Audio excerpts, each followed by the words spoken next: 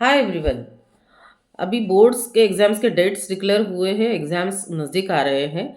और मैंने अक्सर देखा है मेरे काउंसलिंग करियर में कि जो बच्चे साल भर पढ़ते हैं वो एग्ज़ाम में ठीक से परफॉर्म नहीं करते, एकदम ब्लैंक हो जाते हैं और वैसे ही पेपर दे के चले आते हैं। तो ऐसा क्यों होता है? तो ये एग्ज़ाम फ़ियर है। एग्ज़ाम फ़ियर के सिम्टम्स क्या है मैं बताती हूँ। अगर आपके बच्चे में ये सिम्टम्स हैं तो आप ज़रूर देख लेना कि उसको एग्ज़ाम फ़ियर है तो उस पे कैसे ट्रीटमेंट करनी चाहिए, मैं भी आगे बताती हूँ। एग्ज़ाम फ़ियर के लक्षण क्या है? अगर आपका बच्चा एकदम से एग्ज़ाम्स के नाम पे उसका हार्ट बीट बढ़ने लगे। नंबर 2, उसको एकदम से वो बोल रहे कि मेरा स्टमक एक हो रहा है, स्टमक पेन हो रहा है। नंबर 3, बहुत सर दर्द होना, माइग्रेन होना। नंबर 4, अचानक से वॉमिटिंग स्टार्ट होना, एसिडिटी स्टार्ट होना। नंबर 5, बच्चे को कभी सर्दी नहीं होती है लेकिन एग्जाम से 10-12 दिन पहले उसकी सर्दी निकल आती है, मतलब ऐसा रनिंग नोज होता है। वो भी मैंने काउंसलिंग में देखा है। नंबर 6, कुछ बच्चे एकदम से खाना छोड़ देते हैं। 10-15 दिन में एग्जाम आ रही है तो एकदम से कुछ ना खाए गए ना पिए गए, टाइम पे खाना नहीं पीना नहीं, और वजन कम होने लगता है। और नंबर 7, इसका उल्टा भी होता है कि कुछ बच्चे अचानक ज़्यादा खाने लगते हैं एग्जाम फेयर की वजह से। बहुत ही पिज़्ज़ा मंगवाया, बर्गर मंगवाया, ये मंगवाया, और उनके खाने के फूड हैबिट्स एकदम चेंज हो जाते हैं। ये नंबर 7। नंबर 8 वाला जो जो है उसमें क्या है, तो बच्चों का वजन अचानक से बढ़ता है। नंबर 9 है जो एग्जाम के पहले 10-15 दिन पहले उनका एग्जाम फियर उनके पिंपल्स में दिखता है। मतलब कुछ बच्चों के ना प्लेन चेहरे होते हैं लेकिन जब एग्जाम जैसे जैसे नजदीक आती है तो एग्जाम फियर और स्ट्रेस की वजह से उनके पिंपल दिखने शुरू होते हैं। तो ये भी एक 9th सिम्टम्स है। तो और 10th सिम्टम है कि एकदम से बच्चा लोनली फील करने लगता है कि खुद ना कहीं जाना ना कहीं आना, और एकदम से लोनलीनेस ज़्यादा आप दिख रही है। तो अगर ये 10 लक्षण आपके बच्चे में हैं तो वो ज़रूरी है आपको समझना कि वो एग्ज़ाम फियर फेस कर रहा है। तो एग्ज़ाम फियर क्या होता है, वो कैसे कंट्रोल करे और कैसे क्योर करे, इसके लिए मैंने आज पूरा ये वीडियो बनाया। सारे पॉइंट्स मैं आपको लेकर आई हूँ। जिनके बच्चे को अभी 10th में है, 12th में है, बोर्ड के एग्ज़ाम आ रहे हैं, उन लोगों ने तो ये वीडियो पूरा देखना चाहिए, उन पेरेंट्स ने और उन बच्चों ने भी। ठीक है, अभी हम क्या इस पे करेंगे कि what is fear. Okay, fear क्या होता है, एग्जाम फियर क्या होता है और फियर किस वजह से होता है। तो फियर का देखिए, फियर क्यों क्यों होता है, 3 फैक्टर फैक्टर है फियर के। एक तो फेल्यूर, दूसरा है डिसअपॉइंटिंग पेरेंट्स, और तीसरा है अपना जज बाय मार्क्स। हाँ, तो ये 3 फियर की फैक्टर की वजह से एग्जाम फियर बढ़ता है। क्यों बढ़ता है?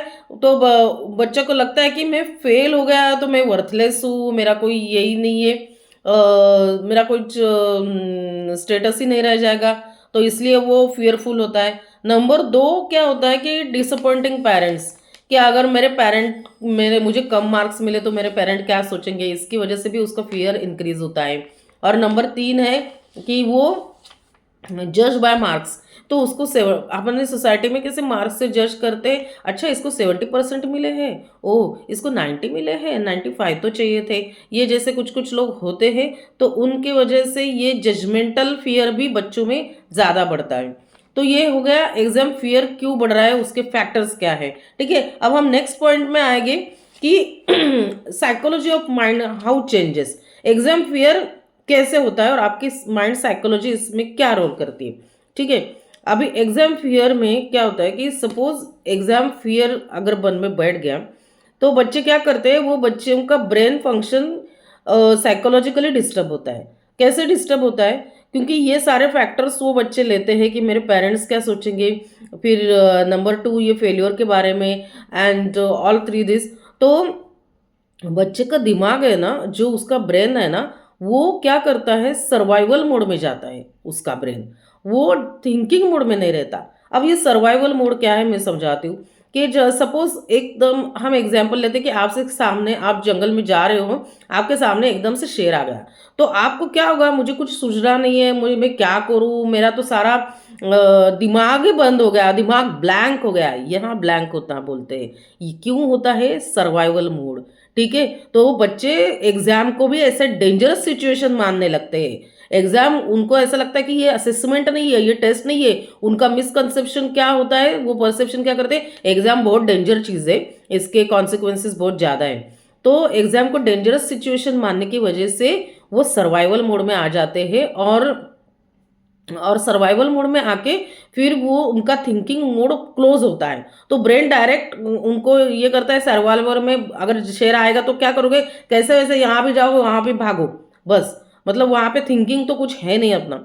तो वैसे ही एग्जाम में अगर बच्चा सर्वाइवल मोड पे गया, उसका ब्रेन फंक्शन, तो साइकोलॉजिकली वो जो उसकी थिंकिंग एबिलिटी है ब्रेन की, वो पूरी वैनिश हो जाती है। थिंकिंग एबिलिटी क्या होती है कि 10-15 दिन पहले बच्चा सोचता है कि मैं थिंक करता है कि मुझे ये टफ सब्जेक्ट्स है, इतने टोटल मुझे 7 सब्जेक्ट्स है, 7 मंथ से मुझे 3 सब्जेक्ट डिफिकल्ट लगते हैं, तो 3 सब्जेक्ट में पहले पढ़ाई करूंगा, 3 सब्जेक्ट में मुझे ये चैप्टर डिफिकल्ट लगते हैं तो उसको मैं टाइम टेबल दूंगा, मेरा टाइम टेबल मैं अकॉर्डिंग बनाऊंगा और 15 दिन में ऐसा टाइम टेबल बनाऊंगे कि पूरा मेरा स्टडी हो जाए। ये कैसा लगा आपको, ये थिंकिंग मोड? ये थिंकिंग मोड क्यों है? उसका ब्रेन क्योंकि बैलेंस्ड है, ठीक है, उसका ब्रेन पे सर्वाइवल मोड नहीं आया है, एग्जाम फियर ने उसको अटैक नहीं किया है। जब एग्जाम फियर बच्चे के मन में बैठ जाता है तो ये थिंकिंग मोड बिल्कुल जाता है, वो बच्चा को पूरा कंफ्यूजन होता है, मैं कैसे पढ़ाई करूँ, मैं क्या पढ़ाई करूँ, मुझे कौन सा सब्जेक्ट अच्छा लगता है। फिर उसको ऐसा लगता है कि मैं मैथ्स करने बैठूँ तो मराठी छूट रहा है, मराठी करने बैठूँ तो मेरा साइंस छूट रहा है, साइंस करने बैठूँ मैं तो इंग्लिश छूट रहा है, मतलब सारा कंफ्यूजन बहुत हो जाता है।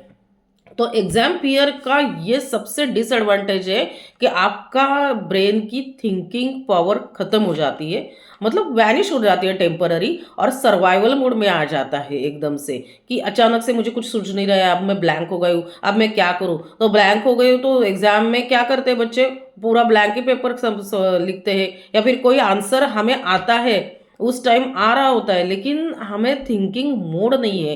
तो थोड़ा सा आप दिमाग में ज़रा जोर लगा दो, शांति से बैठो तो आपको वो आंसर आ जाएगा, लेकिन हम थिंकिंग मोड कंप्लीट नहीं चलता है वहाँ पे, क्योंकि एग्ज़ाम फियर होता है और फियर की वजह से उनको कुछ याद नहीं आता है, तो वो बच्चे उसका आंसर ब्लैंक लिखते हैं। समझ में आया? तो ये ब्लैंक क्यों लगते हैं बच्चे, इसके पीछे ये सारी हिस्ट्री है। तो अब ये हो गया एग्जाम फियर क्या है और उसका एक्चुअल एग्जाम में क्या सिग्निफिकेंस है। अब हम नेक्स्ट पॉइंट पर चलते हैं कि नेक्स्ट पॉइंट पे पास्ट निगेटिव एक्सपीरियंसेस भी होते हैं, और एक ब्लैंक होने का ये भी है कि कोई बच्चा ना अचानक से सोचता है, अरे ना मेरा लास्ट ईयर ना वो जो पेपर था ना मैथ्स का, उसका ना लास्ट 10 मिनट्स में ही मेरा ये हो गया था कि मुझे बहुत डिफिकल्ट आंसर आया था और मुझे उसमें 0 पड़े थे।